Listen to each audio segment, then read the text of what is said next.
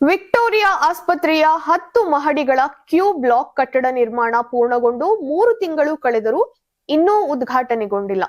ಕಟ್ಟಡದಲ್ಲಿ ಚಿಕಿತ್ಸೆ ಆರಂಭವಾಗದಂತಹ ಪರಿಣಾಮ ಆಸ್ಪತ್ರೆಯಲ್ಲಿ ರೋಗಿಗಳ ದಟ್ಟಣೆ ಮುಂದುವರೆದಿದೆ. ಕಳೆದ ಮೇ ತಿಂಗಳಲ್ಲೇ ಉದ್ಘಾಟನೆಗೆ ಸಿದ್ಧತೆಯನ್ನ ನಡೆಸಲಾಗಿತ್ತು. ಆದರೆ ಮುಖ್ಯಮಂತ್ರಿ ಬದಲಾವಣೆ ಸೇರಿದಂತೆ ವಿವಿಧ ಕಾರಣಗಳಿಂದ ಕಾರ್ಯಕ್ರಮ ಮುಂದೂಡಿಕೆಯಾಗಿದೆ. 2019ರಲ್ಲಿ ಆರಂಭವಾದಂತಹ ಕಟ್ಟಡ ಕಾಮಗಾರಿ ಕೋವಿಡ್ ಸೇರಿದಂತೆ ಹಲವು ಕಾರಣಗಳಿಂದ 7 ವರ್ಷ ವಿಳಂಬವಾಗಿ ಪೂರ್ಣಗೊಂಡಿದೆ. ಅಗ್ನಿಶಾಮಕ ದಳದ ನಿರಾಕ್ಷೇಪಣಾ ಪತ್ರ ದೊರೆಯದಿರುವುದು, ವೈದ್ಯಕೀಯ ಉಪಕರಣಗಳ ಅಳವಡಿಕೆ ಹಾಗೂ ಸಿಬ್ಬಂದಿ ನೇಮಕಕ್ಕೆ ಅನುಮೋದನೆ ಸಿಗದಿರುವುದರಿಂದ ಚಿಕಿತ್ಸೆ ಆರಂಭವಾಗಿಲ್ಲ.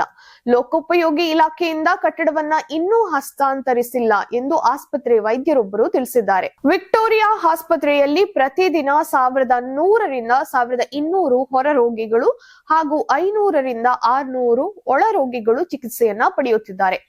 ಹಳೆಯ ಕಟ್ಟಡದಲ್ಲಿ 910 ಹಾಸಿಗೆಗಳಿದ್ದು, ಕ್ಯೂ ಬ್ಲಾಕ್ ನಲ್ಲಿ 650 ಹೆಚ್ಚುವರಿ ಹಾಸಿಗೆಗಳ ವ್ಯವಸ್ಥೆಯನ್ನ ಮಾಡಲಾಗಿದೆ. ರೋಗಿಗಳ ಸಂಖ್ಯೆ ಹೆಚ್ಚುತ್ತಿರುವಂತಹ ಹಿನ್ನೆಲೆಯಲ್ಲಿ ಈ ಕಟ್ಟಡವನ್ನ ನಿರ್ಮಿಸಲಾಗಿದ್ದು, ಸೇವೆ ಆರಂಭವಾಗದಿರುವುದು ಸಮಸ್ಯೆಯಾಗಿದೆ. ಸುಮಾರು 2 ಲಕ್ಷ ಚದರ ಅಡಿ ವಿಸ್ತೀರ್ಣದ ಕಟ್ಟಡದಲ್ಲಿ ಸಾಮಾನ್ಯ ಹಾಗೂ ವಿಶೇಷವಾದಂತಹ ವಾರ್ಡ್ಗಳು, ವಿವಿಐಪಿ ವಾರ್ಡ್ಗಳು ಹಾಗೂ ಆಡಳಿತ ವಿಭಾಗ ಮತ್ತು ಅತ್ಯಾಧುನಿಕ ಶಸ್ತ್ರಚಿಕಿತ್ಸಾ ಸಂಕೀರ್ಣ ಸೇರಿದಂತೆ ಹಲವು ಸೌಲಭ್ಯಗಳಿದೆ. 8 ಶಸ್ತ್ರಚಿಕಿತ್ಸಾ ಕೊಠಡಿಗಳು ಹಾಗೂ ಎಲಿಪ್ಯಾಡ್ ಕೂಡ ಇದೆ. ಆದರೆ ಪಾರ್ಕಿಂಗ್ಗೆ ಸೂಕ್ತ ಸ್ಥಳಾವಕಾಶ ಇಲ್ಲದಿರುವುದು ಕೂಡ ಮತ್ತೊಂದು ಸಮಸ್ಯೆಯಾಗಿದೆ.